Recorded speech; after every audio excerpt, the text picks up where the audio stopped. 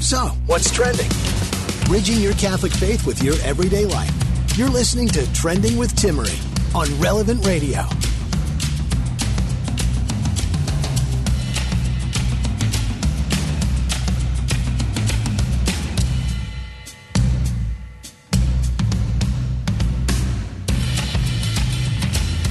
Welcome to Trending. It is great to be with you on this Tuesday coming up. Joining me will be Jim O'Day, the Executive Director of Integrity Restored, helping people who are struggling with a pornography addiction as well as their loved ones.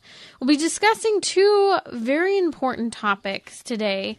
One of them will have to do with how really is there a balance today in terms of protecting your kids in a world where so many other people and entities are determining what your kids see and view day to day.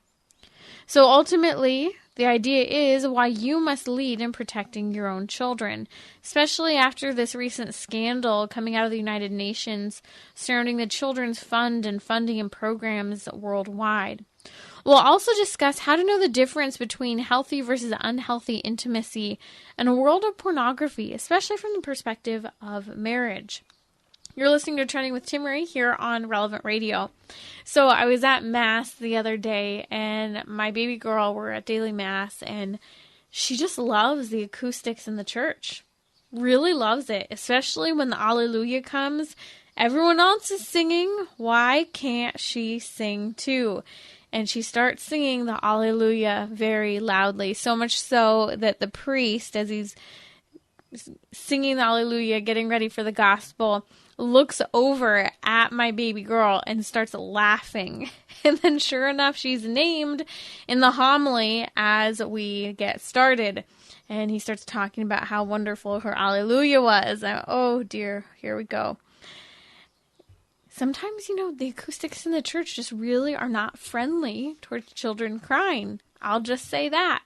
And they really know that they are loud and they echo and they want to be louder. But at the same time, the funny thing is I've had a lot of friends who, when they've converted to Catholicism or have been in a Catholic church, they've commented over and over again that they love that the Catholic Church doesn't emphasize the cry room as often. In fact, many of the churches don't have cry rooms, and many churches don't even offer childcare, which is a little bit more common among our Protestant brothers and sisters. They don't necessarily bring their kids to their liturgy. And so it brings me to this question. I want to hear from you, your sage advice and wisdom. If you have well-behaved children in church, what did you do to help your babies and your kids behave well? The number is 1-888-914-9149. And I put that caveat, if you have well-behaved kids, what's your trick? What's your secret? How did you make it happen? What was the transition? You can give us a call. Again, the number is 1-888-914-9149. We're looking for sage wisdom, whether you're currently in the kid run at Mass or whether you've been there and have done that. You can also comment on my Instagram. You can find me at Timmerie. That's Timmerie. I put up a question box earlier today where you can comment. We've actually received a lot of comments with everything from Cheerios and food to toys only at Mass. These are the responses that we are receiving leading into this topic. And I think it's important for us to discuss, and I'm going to discuss a little bit now and then we'll come back. One of the challenges I personally have had over the years just seeing babies in and out of Mass and kids is the food thing. Like, is it really appropriate for the kids to be chowing down on Cheetos and Cheerios during Mass?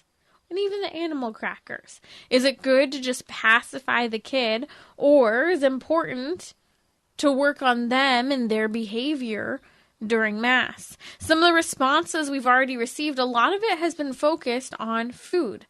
Now, two perspectives. One perspective, making sure that your kid is well fed before church. We don't want a hangry child when we attend Mass. Why would we want to be hangry? Why would we make them hangry? They don't have to observe that fast leading into Mass. We do. The other perspective, so one is feeding the kids beforehand. The next is waiting. Waiting for those kids and allowing them to have those snacks during church so they have their meal. I don't know, maybe you break open the sandwich, the picnic basket, and we do put out all the fixings. This is, I think, the fun challenge that I want to hear your thoughts on. Again, the number's 1-888-914-9149. We'll be taking your sage wisdom throughout the show. I want to take a caller now. We're going to take Paul from Wheeler, Illinois. Paul, welcome to Trending. What are your thoughts on helping kids behave in Mass? Thank you. I don't know if it's so much the sage wisdom as it's just an observation that when the children are able to see authentic Catholicism, both in the architecture and in the liturgical music, that they respond to that even more so than they do to their own parents. Interesting. So you're saying a reverent Mass makes the difference? A reverent Mass, well, not just the Mass, not just the liturgy, of course, that's extremely important, but being able to soak up every aspect of Catholicism, from the architecture to the liturgy to the liturgical music, and basically the artwork can really direct their attention vertically towards God.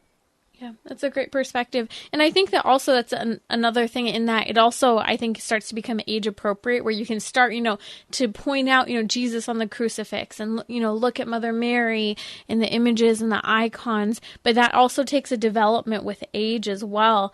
And what's awesome is that, Paul, you really just pointed to something so important. And that is that all of the Mass is meant to take up all of our senses. God accommodates us in our human dimension, feeling, taste, touch, smell. All of these are implored during Mass, from the incense to the Eucharist, our Lord truly giving himself in his presence, body, blood, soul, and divinity. Let's receive a little more response here. Thank you, Paul from Illinois. Lisa from California is calling, and she says, food is the way. Lisa, what are your thoughts? Yeah, I agree with that. I sit them before church, but I didn't give them too high sugar, like, milk or cereal. Usually that makes them hyper and they cannot sit still. Very good. So good, nutritious food that doesn't give them energy to be bouncing off the pews, under the kneelers, and in the neighbor's pew before they run down the aisle. Christy from Las Vegas has a comment as well from her perspective on how she's gotten children to behave during Mass. Welcome to Trending. What's your idea, Christy, that's worked for your family? So when my kids were smaller, like toddlers and younger, we would sit in the front row. We'd come early to Mass and sit in the front row. That way they could see everything. And I think they were more embarrassed to yell out and act up if they were sort of the center of attention. Yeah, for them to be right there in the front. I've actually heard a lot of people who have said, we're not going to go with the food. We're going to be gentle on the toys and really try not to do any toys depending, on the age, and try to help them to understand you behave in church. And I actually get, people have said this before, Christy, it's harder to get a kid to behave in church when you're far in the back, when all they see is butts. But when they're close to the front, they can actually see what's happening. Yes. And it worked for us. They were well-behaved children in church. Now, did you have toys and food at the same time? We did not bring food into church. I think we would bring like soft books maybe, but that was it. Excellent. Yeah, that's a hard one for me. The food one, I get, people either side, one, you don't want your kid to be a terrorist, as my good friend Chris Mueller once said during church. But at the same time, where's the balance of what you bring? You're listening to Trending with Timmerie here on Relevant Radio. If you have a comment, a way to get your kid, a baby, to behave at church, I'd love to hear from you. The number's 1-888-914-9149.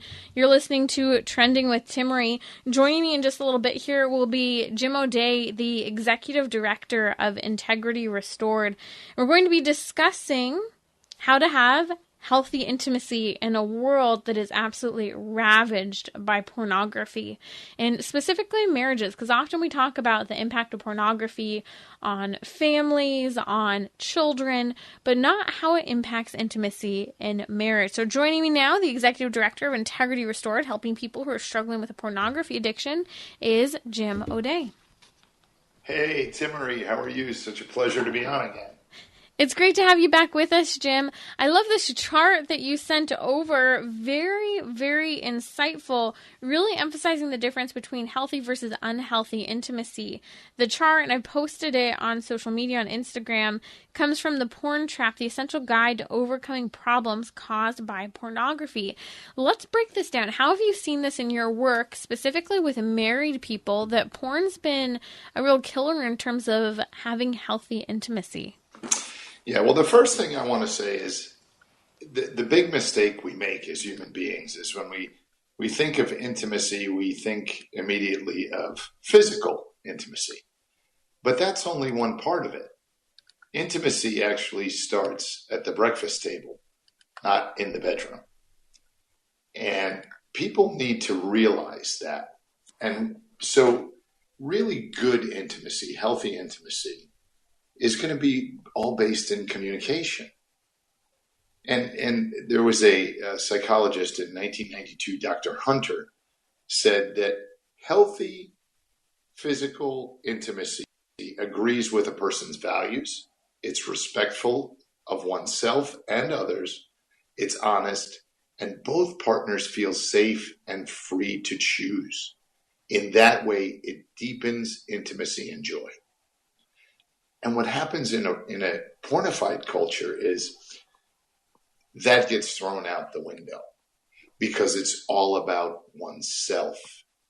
It's all about using as opposed to caring. It's about doing as opposed to sharing.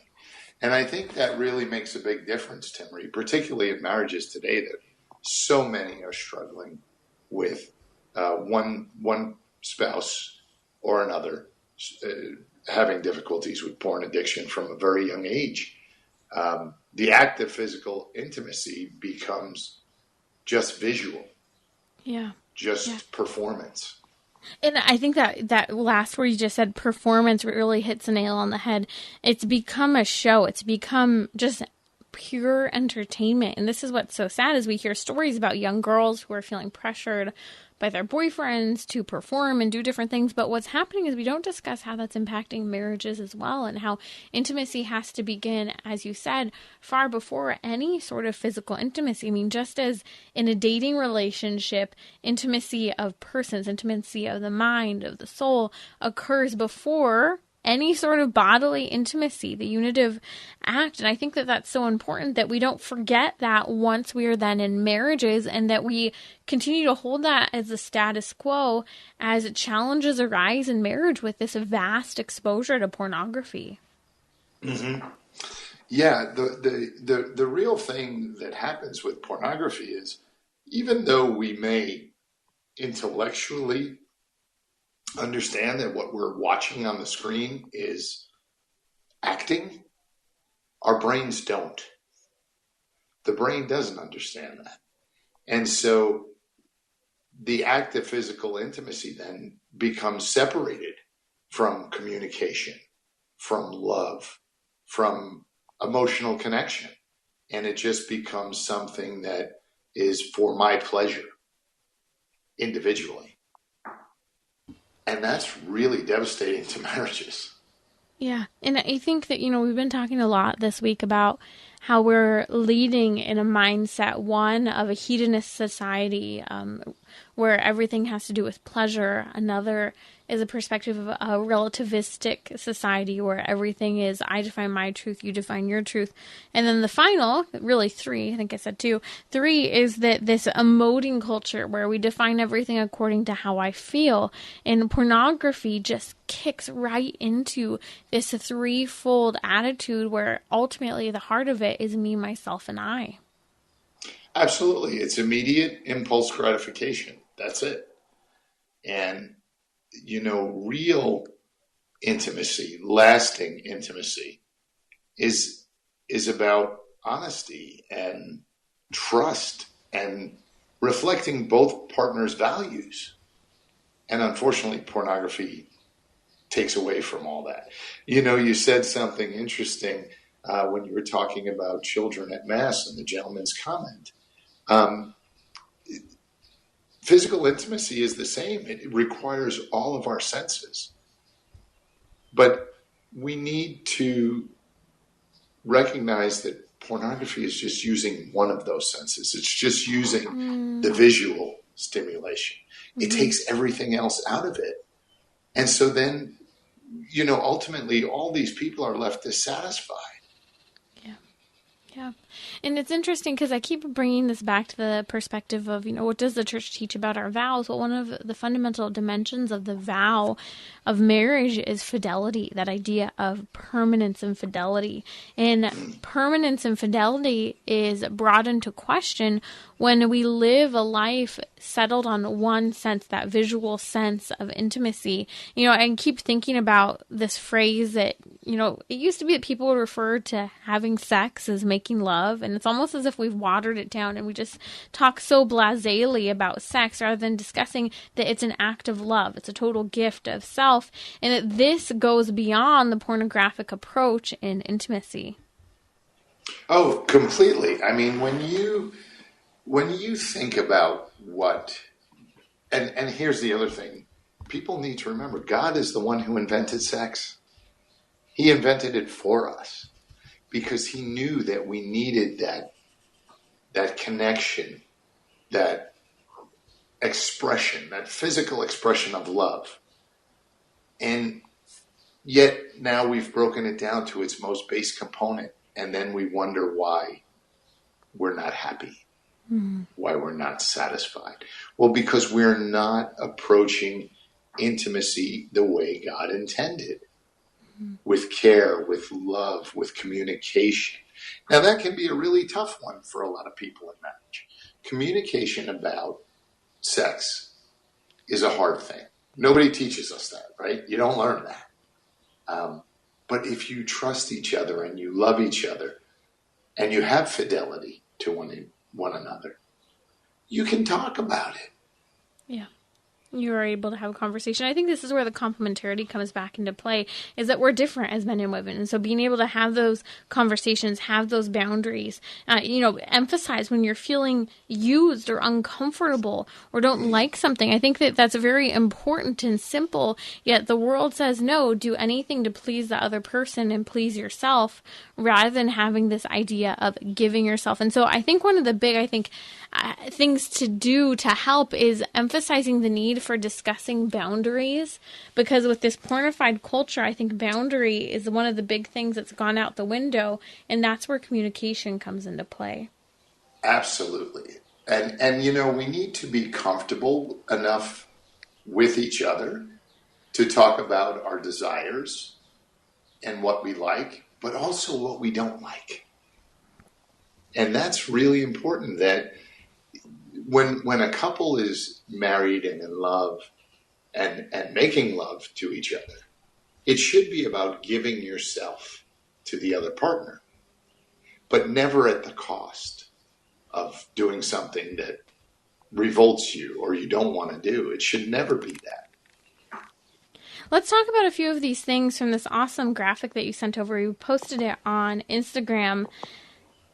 On the porn-related use perspective, it says sex is separate from love, versus in the context of healthy sex, it says sex is an expression of love. And I like how it doesn't reduce love to just intimacy, but it's only an expression of it.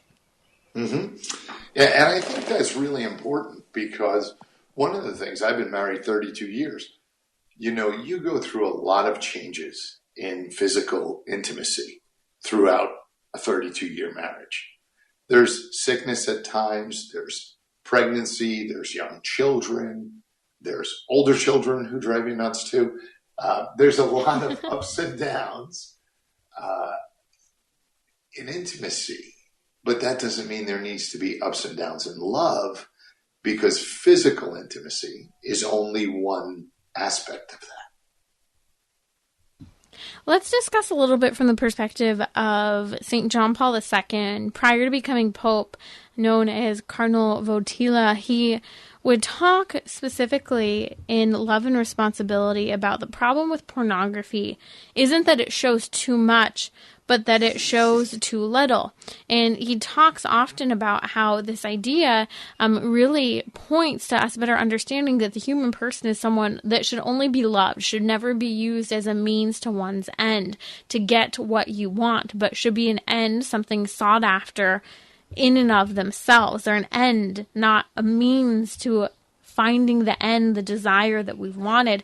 And I think that this approach of Cardinal Wojtyla, St. John Paul II, is so important for us to keep at the forethought of our engagements with other people with regard to intimacy, dating, and relationships.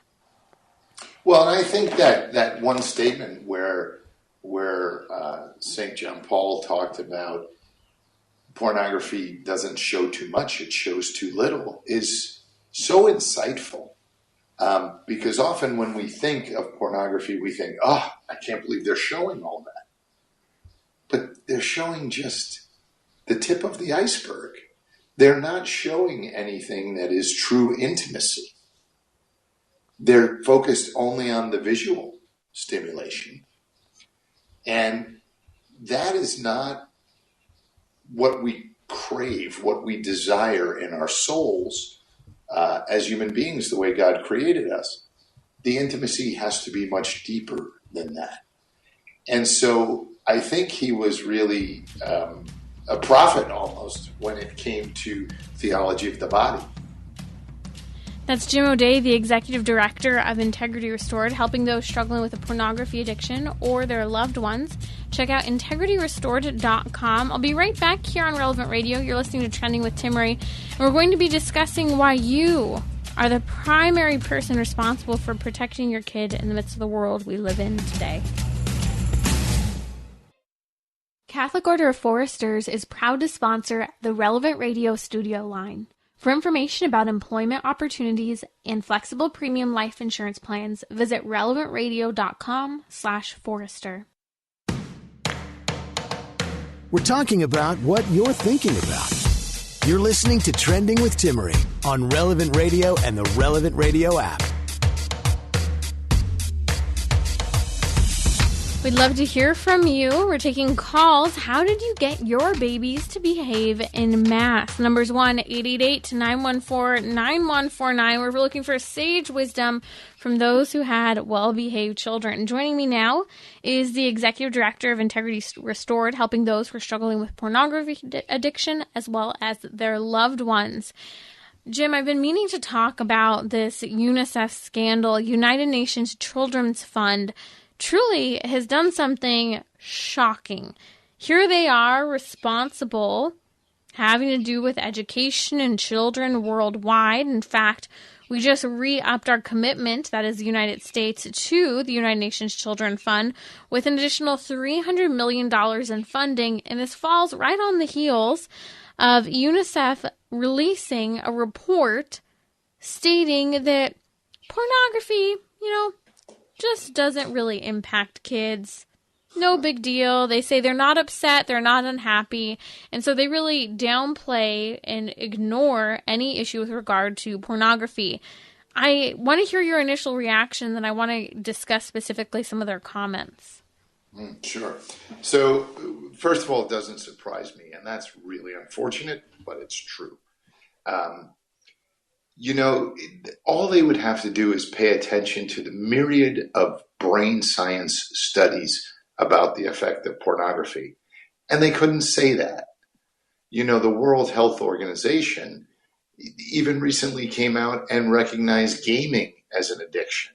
Now, they didn't officially recognize pornography yet as an addiction, but they recognize gaming because the same areas of the brain are impacted. So there's the science behind it. Secondly, there's the social aspect.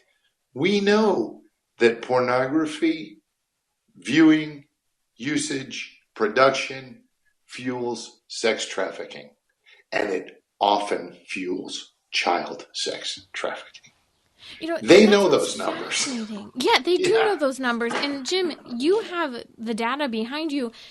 The child pornography industry has been for a number of years now the largest and fastest growing industry with regard to pornography. And to just put a little context, because I remember, years ago people tried to deny that pornography addiction was an addiction, but even medical professionals have come to terms with acknowledging that everything from addiction having to do with gambling to pornography to gaming, that is, those things that aren't something that you physically consume and ingest into your body can actually be addictions, behavioral addictions. And they're saying they're almost even worse because you're the one creating the drug and the chemical cocktail within your brain out of a response to an external thing you're engaging with. And so that's part of the reason why the medical professional didn't really know what to do with this at first, because it had so much to do with this in-depth brain science and reaction. But the neuroscience has come so far, Timmerie, that we just know so much now about the brain chemicals that are being produced in ridiculous amounts that God never intended when we're consuming pornography or gambling or gaming. We can see it in an MRI. We know what's happening. So for those who don't know this, what's happening in the brain is when you look at pornography, you get accustomed to a certain type of pornography, and you need a harder hit of dopamine. You need a harder intensity of pleasure because you get used to it. And so you go for more and more intense, from photos to more interactive videos to unique and eclectic types of pornography, all the way to what we're seeing is people are turning to child pornography. So how is it that we've gone so far with, let's say, an 8-year-old looking to porn, now that 8-year-old's 28 years old and looking at child pornography? Can you explain that jump? So, yes, and I think there's a couple of reasons for it, all very frightening. One, the way the brain works is when we keep having these dopamine rushes, the brain knows that's not right. So it starts to shut off dopamine receptors. So then we don't feel that happy high, that euphoria, that good feeling that we're chasing. So what do we have to do then? We have to find something new, something more to get back to that same baseline level. Just like with drug or alcohol abuse, you develop a tolerance. The same thing happens here. So you have the tolerance factor. Then you also have a really unique phenomenon that when that child is hypersexualized at a young age, 8, 9, 10 years old, at some point, they're going to want to go back to that feeling because that was the strongest feeling. That's what their brain remembers is, wow, that was such a rush. And then they're going to be looking at child pornography because that puts them back in the same time frame as when they were sexualized. Wow, I didn't know that connection. So they're associating their first exposure to pornography as a child to what they themselves are wanting to re-experience? Yes, very frightening.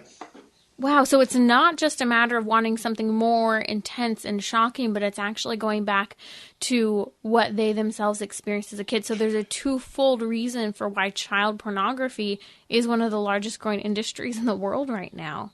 Yeah, absolutely. And the trauma that child felt, even if it was exciting and arousing and their curiosity was really piqued, ladies and gentlemen, it was still a trauma. That kid shouldn't have been seeing that. Mm-hmm. Whether they knew that they shouldn't see it or not, it was still a trauma. Right. Yeah. Yes. And so if that trauma has never been healed, if that trauma has never been resolved, yes, they're going to go back to it.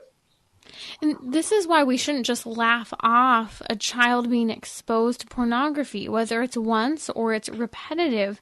And that's why it's unacceptable, Jim, when UNICEF, the United Nations Children's Fund, comments and says that most kids who see porn were either not upset or not unhappy. And that's what gives them the green light to not think that pornography is a big deal. But I'm sorry, I didn't know that pornography only had to do with a child's emotion of being upset or unhappy.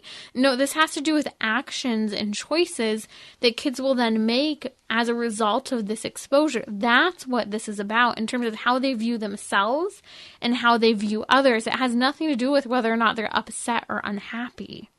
Well, and that statement infuriates me. And I'll tell you why. I have spoken to enough kids who've been exposed to pornography. Their shame, even if they don't really know what they were looking at, they have shame about it. Mm. And so, of course, if some doctor or therapist or UN worker is asking them, well, what'd you think about that? They're going to say, nothing. How did it make you feel? Okay. They're not going to engage because they're shocked, they're scared, they're curious. There are all these things that they don't know how to express.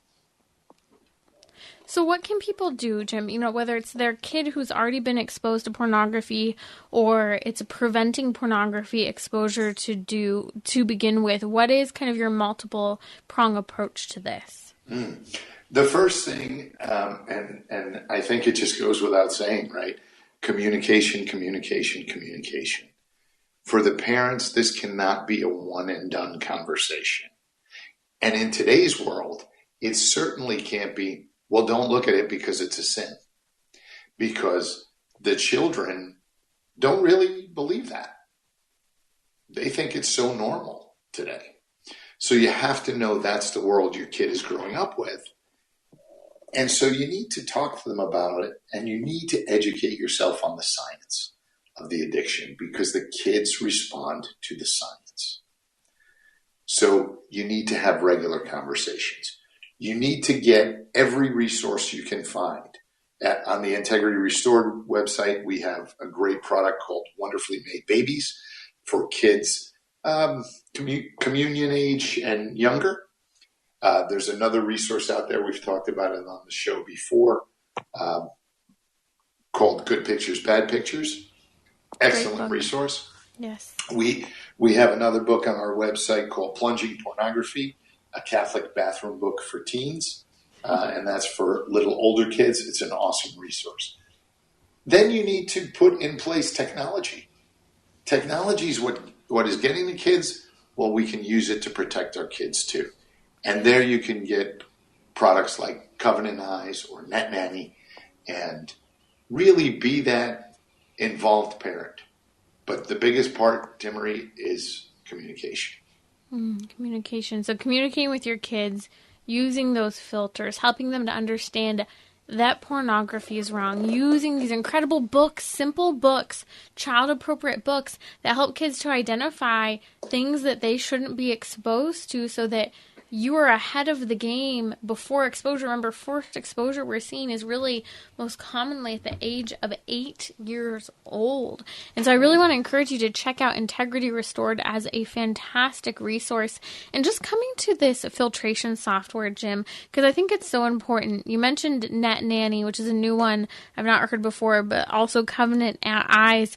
Why wouldn't we make the jump, the leap to do what we can to help protect kids? There was a scandal that came out just a couple weeks ago as well beyond the United Nations. Can you speak briefly to this, Jim, having to do with how the school programs that kids have in school was actually giving them pornography? I don't think we've discussed this. Can you share a little bit about that? We have not, yes.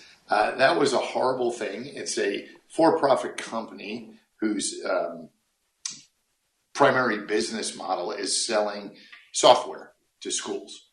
And in that software was embedded many, many links to pornographic sites. For what ages?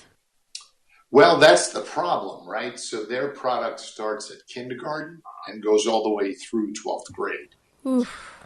And so depending on what subject, what topic the kid was searching for, they could find something as innocuous as just a nude Greek statue or an orgy. And so here's the thing that parents can do. And if you go to Covenant Eyes right now, and you sign up and you type in Integrity 30, you will get a free 30-day subscription to try it out in your family. And it's really throughout the pornography, Timmerie. More importantly, it sends the parents an accountability report. So you can know every site your child is going to, and they're going to rank them red, yellow, or green. If they're yellow or red, you know you need to have that conversation. Yeah, fantastic. And I think that this is what's so important. You have the accountability, you have the information, you have the data, you have the open conversations, the books. This is so important. You can't trust your schools. You can't trust the programming companies they partner with. Why? Because pornography has become a massive industry of making money, and the schools have partnered with them. And this is the reality. You have to be that first line defender and protector of your kids. And don't just be defensive. Go on the offense for your kids. That's correct. Absolutely. Absolutely. Look, how many school districts have partnered with Planned Parenthood to provide the sex education curriculum for the schools? Right. You know, we have to be the ones. No. Yeah, we it's have not to getting be the better. ones. And really, our kids will respond to the education that we give them as long as we don't make it strictly a moral issue. Amen. Amen. Jim from Concord, California called and he said, anytime he's tempted with pornography, he prays a Hail Mary. And I think this is the other dimension that you and I discuss often, Jim. That is, when you're struggling with pornography, if this is something you're struggling with now, you need a multifaceted approach. Filtration software, therapy, pornography, counseling. IntegrityRestore.com is an incredible resource because they also emphasize the importance of faith and how our faith is so important. With God, all things are possible, but also God gave us human bodies and human gifts and talents to help overcome these addictions. So please check out Jim O'Day's work, IntegrityRestore.com, if you're struggling with a pornography addiction. You mentioned how people can obtain Covenant Eyes. Can you share that one more time, and we'll share the information in the show notes for the podcast? Sure. We've set up a promotion code with Covenant Eyes. It's Integrity 30. So when you go to sign up, they'll ask you for a promotion code at covenanteyes.com. And if you type in Integrity 30, you'll receive a free 30-day subscription to try out the product for your family. Space or no space? No space. Integrity 30.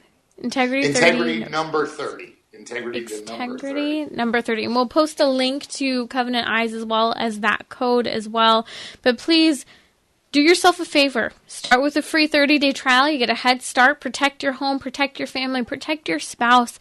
Help to bring this conversation of fidelity within your marriage and purity with your kids to the forefront. And even if you're not married, it doesn't matter. We need this in a culture that is dehumanizing us and really destroying our faith. That's Jim O'Day, the Executive Director of Integrity Restored. Check them out at integrityrestored.com. I'll be right back. I want to hear from you, though. Give me a call. The number's 1-888-914-9149. How did you get, or do you get, your babies to behave in church? So, what's trending? Bridging your Catholic faith with your everyday life. You're listening to Trending with Timmerie on Relevant Radio and the Relevant Radio app.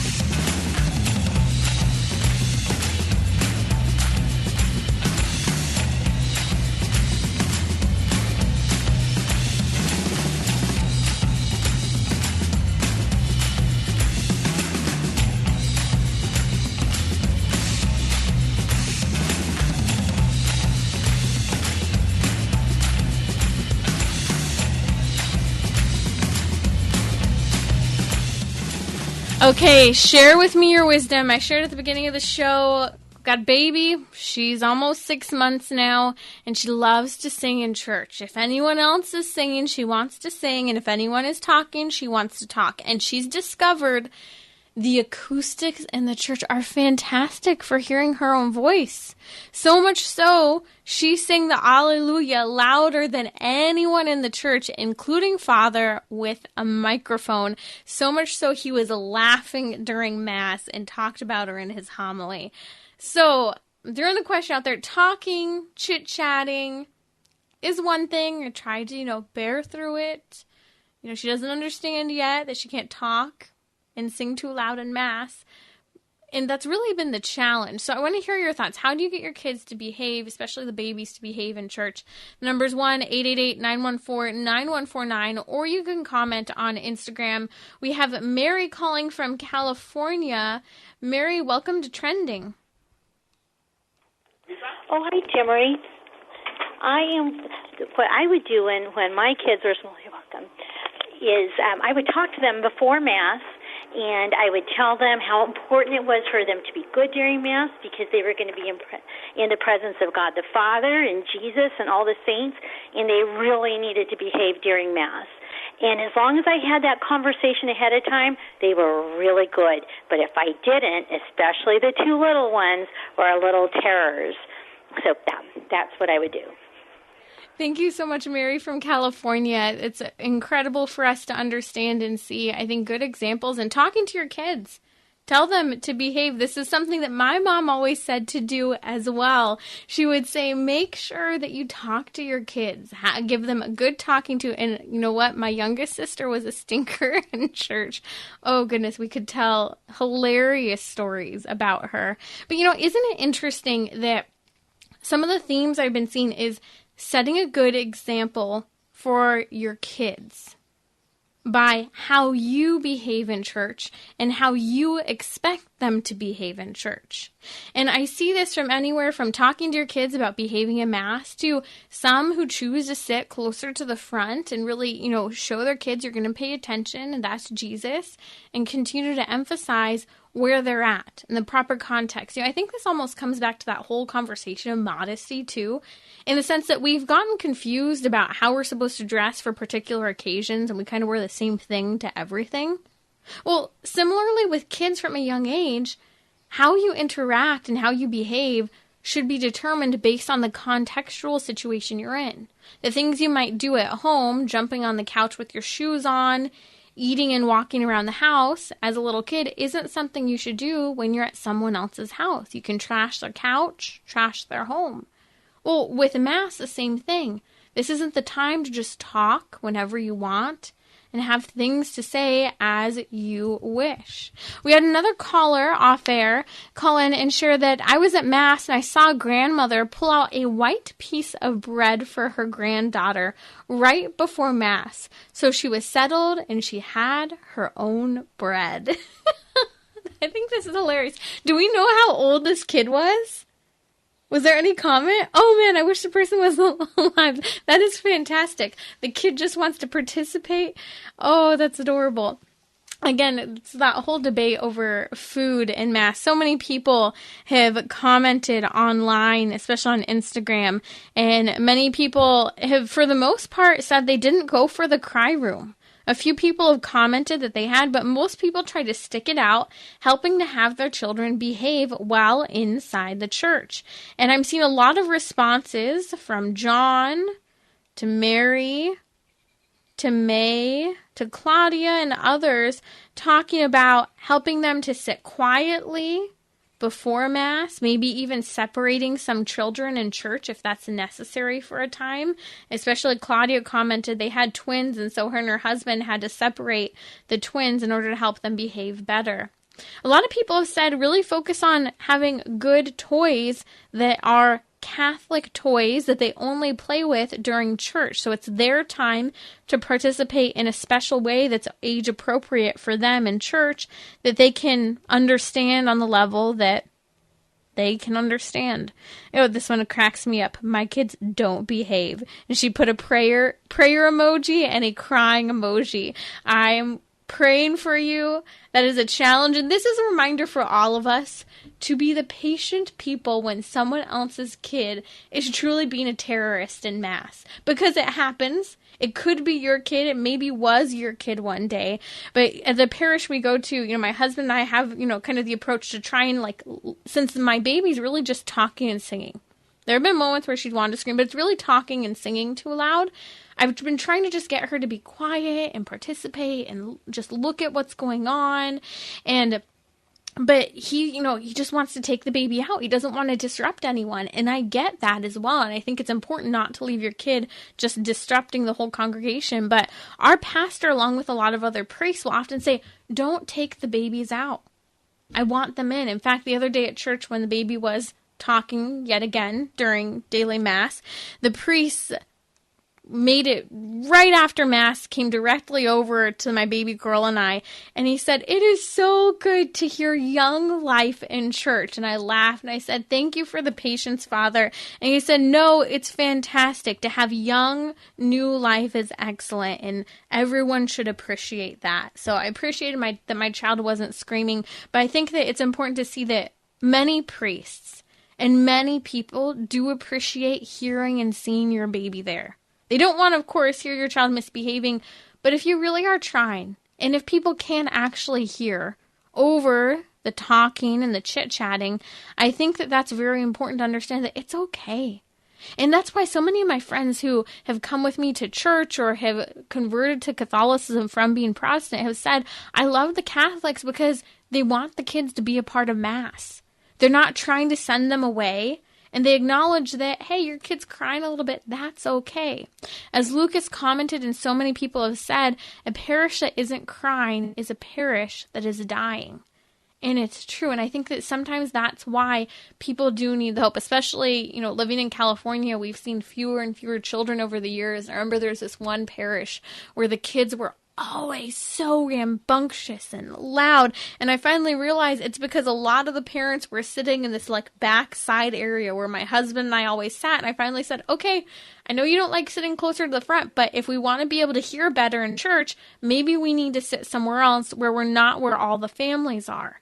And so that might be another perspective. If you're someone who's struggling because there are kids in church, sit somewhere else. If you see the little terrorists coming to your pew, move.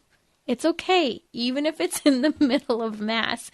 You're listening to Trending with Timmerie here on Relevant Radio. It's great to be with you. One question that we have asked and I want to talk about is, how addictive is social media really? I think this falls on the heels of a conversation surrounding pornography, and it's really leading to a question that many researchers all the way up to Yale, Stanford, and many other schools are saying, do we need a regulator when it comes to social media?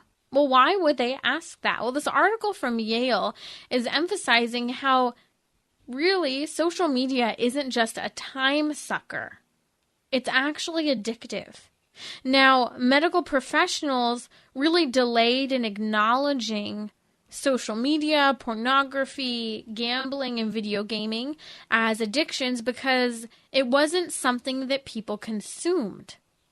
Instead, it was something that, people create their own chemical cocktail by the way they react and interact with external things such as social media, pornography, gambling, and video gaming. And so now, medical professionals, as well as due to much of the neuroscience, as we were discussing with Jim O'Day from Integrity Restored just a few minutes ago, has really pointed to the fact that the brain is being hijacked. And it's based on your behavior and choices you're making with regard to social media. You see, these features built in from everything from Amazon Prime, Netflix, and Hulu with autoplay, or even the autoplay that's occurring when you scroll through your newsfeed and immediately videos start moving before your eyes. Along with the like and comment system, all of these things are meant to produce a particular behavior outcome. What's happening is we're seeing social media has the goal of behavior modification, but they're modifying your behavior to achieve an outcome they wish. Which, remember, social media is free to us, but it's not really free because the way social media is funded is through dollars and cents of how much time you spend there so that they can monitor your behavior and then also provide advertisements to you, targeted advertisements based on your clicks, likes, and interactions. And so really, I think the big picture in this massive digital space is to think about this. As people start talking about antitrust enforcement and various regulators in terms of social media, I found it really fascinating in this Yale article that I was reading, where it talked about how cars were considered dangerous. So eventually they were given speed limits, driver's license, seat belts were required. Do you know seat belts are really something that's only been required? Really wasn't required during Generation X when they were growing up and is now required from Generation Y as they were children growing up into the next generations. And we've seen all these regulations on cars, but here's the difference between a car and social media. A car is dangerous and has been regulated. But still, the human person has free will and can do what they want. Sure, they might get a ticket, they might get to a car accident, but here's the difference with social media. Social media in and of itself isn't an object the way a car is. And so the types of regulations put on social media are radically different from a physical object such as a car. Now, Grant, you can throw your cell phone out. You could go back to a flip phone or a call-only phone, which there are options like that, but it brings us back to this understanding. If social media makes its money based on social behaviors, data, and ultimately your behavior modification for them to have you produce a particular outcome to purchase and respond to those ads that they're giving you, then how are we going to change the tide and choose the type of behavior modification, transformation in our own lives and to cut back on social media?